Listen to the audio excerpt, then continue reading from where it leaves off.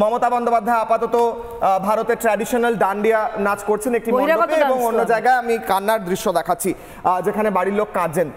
Sir, এগুলো এড়ানো যেত? দেখুন, এগুলো এড়ানো তো যেতই। আমাদের যেটা সবচেয়ে বড়, মৃত্যুগুলো এড়ানো যেত, মৃত্যুগুলো এড়ানো যেত।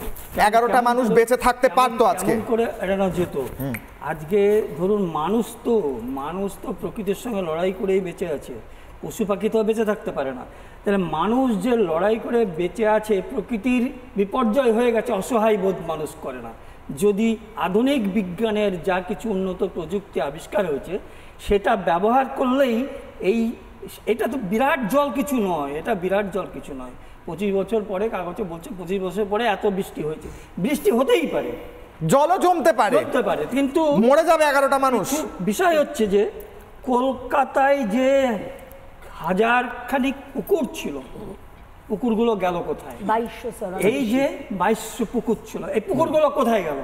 এই যে বেআইনিভাবে পুকুরগুলো বুঝিয়ে বাড়ি করে জল ধারণ ক্ষমতা কলকাতার মিউনিসিপ্যালিটি কর্পোরেশন এলাকার বন্ধ করে দেওয়া হলো, এর দায়ী কি বিদ্যুৎ বন্টন কোম্পানি? আর এই তারের জাল।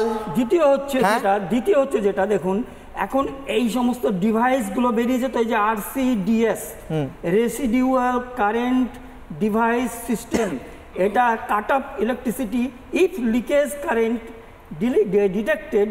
যেমন কোথাও যদি হয় জলের সঙ্গে টাচ করে গেল, যেমন পোলের সঙ্গে একদম নিচে বক্সগুলো আছে, এগুলো কি সেই জাংশন বক্স পোলের যে, সেটা কি মানুষের হাইটে উপর তোলে যাওয়া যায় না? গেলে এটা কতটুকু খরচ হয়? তাহলে তো জল উঠলেও তো এটা টাচ করে ইমিডিয়েটলি বন্ধ হয়ে যাবে, কারেন্ট হবে না, এটা করা যায়।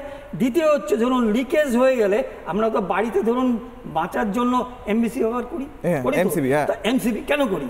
যাতে এটা যদি কোথাও শর্ট হয় বাকি ডিভাইসটা বেঁচে যাবে। তো তোমার যদি এইরকম ডিভাইসগুলো একটু বেশি দাম, বিদ্যুৎ বন্টন কোম্পানিকে কেন বাধ্য করা হচ্ছে না যে তারা ওগুলো লাগাবে না? কেন লাগাবে না? এগুলো তো ভাড়া বিশ্বে ইউরোপিয়ান কান্ট্রিগুলো, এশিয়ান কান্ট্রিগুলো ব্যবহার করে, এবং যার জন্য তাদের মাটির তলায় তার জায়গা, উপরে ওভারহেড তার জায়গা, কখনো কোথাও এরকম ডিজাস্টার হয় না। ঠিক, তাহলে এগুলো কেন ব্যবহার করা হবে না?